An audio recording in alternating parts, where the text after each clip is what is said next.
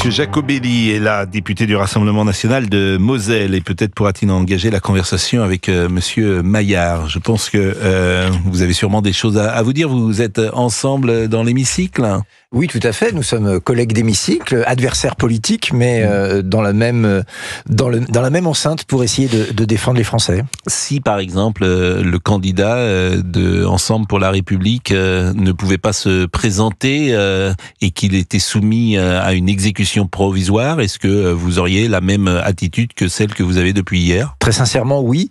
Je serais révolté. Moi, je crois que le choix de choisir le président ou la présidente de la République, ça appartient au peuple. Alors bien évidemment, si Marine Le Pen avait fait appel et que le jugement d'appel lui était défavorable, ce serait différent. Mais pour l'instant, elle est présumée innocente. C'est ça qui est fou, parce qu'elle a interjeté appel. Et donc, cette innocente, aujourd'hui, au regard de la loi, on lui interdit de se présenter à l'élection présidentielle. Excusez-moi, ça ressemble quand même à un hold-up, surtout quand on entend les motifs. Parce que l'inéligibilité avec exécution provisoire, elle est donnée parce que la juge a peur d'une récidive. Moi, je pense que même si elle voulait, Marine Le Pen ne pourrait pas, entre guillemets, récidiver. Elle n'est plus députée européenne. Elle n'est plus présidente du parti. Depuis 10 ans, depuis que nous avons compris que le Parlement européen n'avait pas la même conception que nous des assistants parlementaires, il n'y a pas eu une infraction dans l'engagement des assistants. Et pourtant, on nous dit, attention, vous avez là quelqu'un de dangereux qui peut récidiver à tout moment, une bombe dégoupillée, une grenade dégoupillée qui peut faire exploser la République. Non, ce qui peut faire exploser la République aujourd'hui, c'est ce jugement. C'est évidemment pas l'attitude de Marine Le Pen, dont nous pensons, nous, qu'elle est innocente en plus. Donc, il y a là quelque chose qui ne va pas. 3 personnes dans un bureau ont décidé à la place de 40 millions d'électeurs. Mais comme hier, les 9 sages de l'Arcom ont décidé à la place de 3 millions de téléspectateurs qui regardaient C8. Vous avez aujourd'hui une petite caste de gens non élus, des sachants, des gens qui ont une forme de pouvoir, qui en usent, et j'oserais dire qui en abusent, parfois au détriment de la voix du peuple. Or, une république, c'est l'expression populaire. Et aujourd'hui, on voit bien que cette expression populaire, elle est contournée par des gens qui ont plus de pouvoir, estime-t-il, que le commun des mortels. Monsieur Maillard, est-ce que vous êtes convaincu par cet argument ? Mais j'entends ce que dit Laurent Jacobelli, et il est dans son rôle, et sûrement avec de la sincérité. C'est pas ma question. Non, ça me convainc pas, parce que je fais pas partie de ceux qui pensent que parce que nous sommes élus, nous sommes. Mais c'est pas ce qu'il dit. La récidive. Mais on peut pas. En fait, on peut pas parler parce qu'il vous donne un argument sur la récidive. Est-ce que vous êtes convaincu par la récidive ? C'est ça ma question. Il a été plus large dans ce qu'il a dit. Il est beaucoup plus large dans ce qu'il a dit. Oui, mais est-ce que vous êtes convaincu ? Vous n'êtes pas d'accord sur l'Arcom ? Changeons la loi. C'est notre rôle. Il est député comme moi. Est-ce que vous êtes convaincu sur la récidive ? Est-ce que vous êtes convaincu que Madame Le Pen ne peut pas récidiver, par exemple ? Moi, il y a un jugement. Non, mais je suis pas. Vous êtes embêté, Sylvain Maillard. Parce qu'en fait, je ne veux pas remplacer le juge. Je suis pas un juriste de formation. Je suis un député. Je change les lois s'il faut changer les lois. Mais vous êtes député, vous avez la République et la démocratie au cœur. Vous n'êtes pas juriste non plus. Vous avez une ligne de conduite, et je le comprends. Mais vous avez dit tous les mêmes choses, et je le respecte encore. Je suis pas juriste, mais je suis pas stupide. Si vous n'êtes pas d'accord, Marine Le Pen ne peut pas récidiver. Si vous n'êtes pas d'accord sur vous avez la possibilité de proposer de changer la loi. Regardons ensemble, c'est pareil pour parler de l'Arcom, c'est pareil. Moi, c'est pas un totem. Merci, si ça ne nous convient pas, on le change, mais regardons ensemble. Je suis sur le coup. Cette chance d'être député, c'est aussi qu'on peut changer les lois. Les lois sont pas parfaites, mais contester à chaque fois quand ça ne convient pas. C'est le rôle en même temps, et on a le droit de dire qu'on ne veut pas passer notre temps à contester parce que ça ne nous convient pas. Et Pascal Praud, je continuerai à vous tenir tête même quand on n'est pas d'accord. Ah non, mais moi vous n'avez pas à me merci pour votre invitation. J'ai posé une question simple. Est-ce que quelqu'un qui n'est plus en situation au Parlement européen depuis 2016 peut récidiver ? Et vous êtes incapable de me dire non, elle peut pas récidiver. Ce qu'un enfant de 10 ans dirait, puisqu'elle n'est plus en place. Donc c'est ça qui est sidérant. Et vous me dites je veux pas contester une décision de justice. Donc ça participe pour moi. Mais la façon dont vous posez un enfant de 10 ans pourrait dire 8 ans. Peut-être que le juge, puisqu'elle ne peut pas récidiver, elle n'est plus parlementaire. Donc peut-être que le juge, et c'est pas à moi de me mettre à la place du juge, les juges estiment que dans la situation dans laquelle elle est, elle peut peut-être récidiver. Voilà, tout simplement. En tout cas, c'est son analyse. Il est 12h28. Mais dites pas que c'est un enfant de 10 ans. On peut ne pas être d'accord avec vous. J'enlève l'enfant de 10 ans. Il est 12h28, on est très en retard. Et je salue ma fille de 10 ans. Écoutez, on salue tous les enfants de 10 ans qui nous écoutent. C'est mardi. Il est 12h28, on est est un peu en retard, mais c'est pas grave parce que le débat existait fortement. À tout de suite. Et participer au débat. Qui est député Rassemblement National de Moselle. Alors, je vous propose qu'on commande pas la décision de justice parce que tout le monde la commande depuis hier soir. Et puis, j'ai entendu beaucoup de voix du Rassemblement National.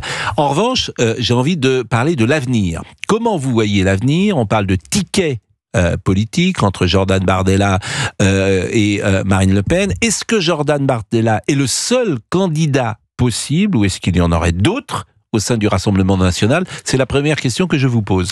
Oui, vous avez raison de parler de tickets. On est très fiers d'avoir deux leaders charismatiques comme Marine et Jordan, qui sont d'ailleurs à peu près en général à égalité dans les sondages d'opinion.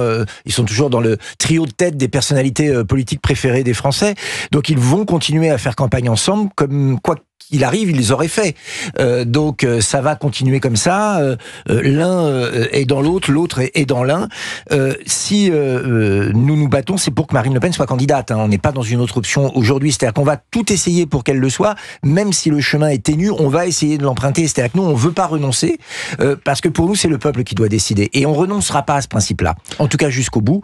Maintenant, est-ce qu'il y a une autre alternative que Jordan Bardella au cas où honnêtement, il est le plus, je crois, le plus naturellement légitime pour ça. Oui, chez nous. Mais une fois encore, aujourd'hui, nous, on se place dans l'hypothèse où c'est Marine Le Pen qui défendra nos couleurs. Alors, j'entends cela, mais ça revient à imaginer les possibilités qu'elle soit candidate. Et là, on se heurte à une réalité d'abord judiciaire. Oui, oui. Puisque la grâce... Alors, la grâce serait possible, curieusement, mais c'est, j'ai l'impression que c'est le Rassemblement National qui ne veut pas en parler, puisque Henri Guénaud l'a dit, André Valigny le disait également sur le plateau de CNews, la grâce, c'est l'article 17, je crois, de la Constitution, elle peut intervenir alors même que la condamnation n'est pas définitive, et c'est quand même important de le dire, elle peut intervenir sur un dossier en cours, et c'est écrit noir sur blanc, et elle pourrait intervenir, seul le président de la République, bien sûr, peut gracier. Encore faut-il le demander. Pour l'instant, on n'est pas dans la logique de quémander quoi que ce soit au président de la République. Nous, on croit fermement à l'état de droit, à la démocratie et à notre République. Et donc, on va jusqu'au bout jouer cette carte. Donc, c'est finalement l'appel. Votre espoir, c'est qu'un appel arrive dans l'année pour que vous soyez rejugé. Il n'y a pas d'autre solution. C'est la solution, effectivement, qui nous permettrait de passer. Je ne suis pas juriste, mais je crois que oui. Mais une fois encore, vous imaginez qu'on recule aujourd'hui et que je vous dise, mais écoutez, Pascal Praud, d'accord, il y a une juge qui ne veut pas que Marine Le Pen soit présidente de la République. Donc on va dire aux 13 millions de Français qui ont voté pour elle la dernière fois, et puis un peu plus aujourd'hui apparemment, qu'ils n'auront pas le choix, on l'accepte, et puis on va rentrer chez nous, on va attendre que ça se passe. On n'est pas fabriqué comme ça. Nous, dans notre parti, on en a l'habitude d'avoir des embûches en face de nous. Donc il y en a une supplémentaire, celle-là, elle est assez énorme, c'est vrai. Mais on va faire comme on a toujours fait, c'est-à-dire qu'on va combattre. Mais une fois encore, nous, on a, par rapport à d'autres mouvements politiques, deux atouts. C'est qu'effectivement, il y a un autre talent chez nous aussi, et qu'on est soudés. Et que face à ça, ça va être compliqué de nous abattre. Bon, est-ce que politiquement les choses peuvent changer à l'intérieur de l'Assemblée nationale ? Est-ce que par exemple une censure qui n'était pas forcément imaginée peut intervenir pour précipiter, pourquoi pas, certaines choses ? On ne veut pas instrumentaliser la censure par rapport au jugement. En revanche, bien avant le jugement, on avait déjà dit que François Bayrou et son gouvernement se rapprochaient quand même très fort d'une possibilité que nous votions la censure. La question des retraites, par exemple. On voit bien aussi l'atonie du gouvernement. Il n'y a pas de grand texte qui passe aujourd'hui. On n'a pas 2 ans. On n'a pas le luxe d'attendre 2 ans. Sécurité, immigration, dette, il y a tout qui explose. Donc oui, on se rapproche évidemment de la censure, mais c'est pas lié au procès. En revanche, nous, ce qu'on demande depuis longtemps, c'est une dissolution. Pour qu'enfin, il y ait une majorité dans ce pays. Pour qu'enfin, on puisse prendre des décisions. Parce que si des juges essayent de prendre le pouvoir, c'est aussi parfois parce que l'exécutif est faible. Sauf que Marine Le Pen ne pourrait pas se présenter. Oui, mais enfin, vous savez, Marine Le Pen, je pense qu'elle ne pense pas à son intérêt personnel en permanence. Si on doit faire une dissolution pour le bien des Français, on la fera. Je pense que la voix de Marine Le Pen, qu'elle soit députée ou non, continuera à compter. Bon, au-delà de l'aspect immédiat, vous avez Marine Le Pen ce matin a parlé d'un système et qui avait déclenché la bombe nucléaire. On s'aperçoit qu'en Roumanie, effectivement, un candidat a été empêché de se présenter. Vous avez parlé de l'Arcom tout à l'heure et ça nous concerne directement dans ce groupe. C'est vrai qu'il y a une atmosphère générale à ce que certaines voix ne soient plus entendues dans toute l'Europe. On a un peu l'impression que certains, souvent parce qu'ils ne sont pas élus, comme Madame von der Leyen, comme certains juges, comme l'Arcom, vous l'avez dit, pensent que soit le peuple pense bien et on l'écoute, soit il pense mal et il se tait et on décide à sa place. Mais qui décide que le peuple pense bien ou mal? Ces gens qui, depuis 30 ans, ont tout raté.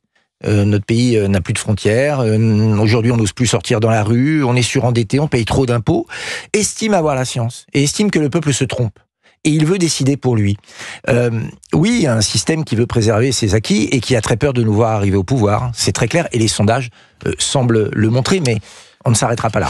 Laurent Jacobelli sur Europe 1, député du Rassemblement National de Moselle. Merci d'être venu à ce micro. 2h41.